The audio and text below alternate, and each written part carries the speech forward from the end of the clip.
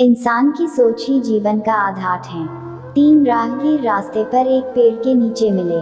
तीनों लंबी यात्रा पर निकले थे, कुछ देर सुस्ताने के लिए पेड़ की घनी छाया में बैठ गए। तीनों के पास दो झोले थे, एक झोला आगे की तरफ और दूसरा पीछे की तरफ लटका हुआ था।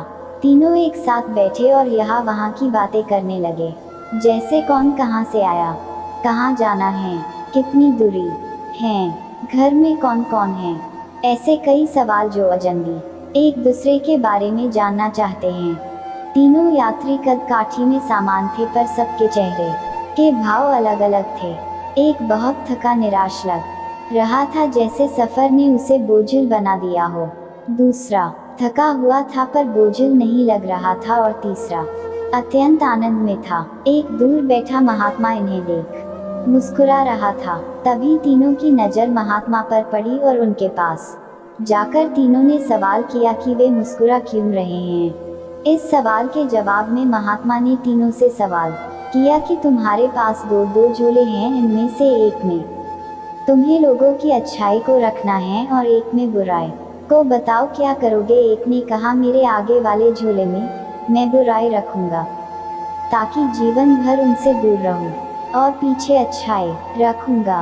दूसरे ने कहा, मैं आगे अच्छाई रखूंगा ताकि उन जैसा बनूं, और पीछे बुराई ताकि उनसे अच्छा बनूं।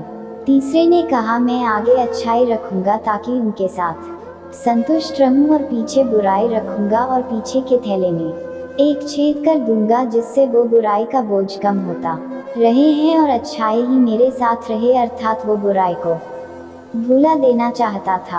यह सुनकर महात्मा ने कहा, पहला जो सफर से थक कर निराश दिख रहा है, जिसने कहा कि वो बुराई सामने रखेगा, वो इस यात्रा के भांति जीवन से थक गया है, क्योंकि उसकी सोच नकारात्मक है, उसके लिए जीवन कठिन है। दूसरा जो थका है पर निराश नहीं, जिसने कहा अच्छाई सामने रखूंगा पर बुराई से बेहतर बनने की कोशिश में, वो थक जाता है क्योंकि वो बेवजह की होड़ में है। तीसरा जिसने कहा वो अच्छाई आगे रखता है और बुराई को पीछे रख उसे भुला देना चाहता है, वो संतुष्ट है और जीवन का आनंद ले रहा है।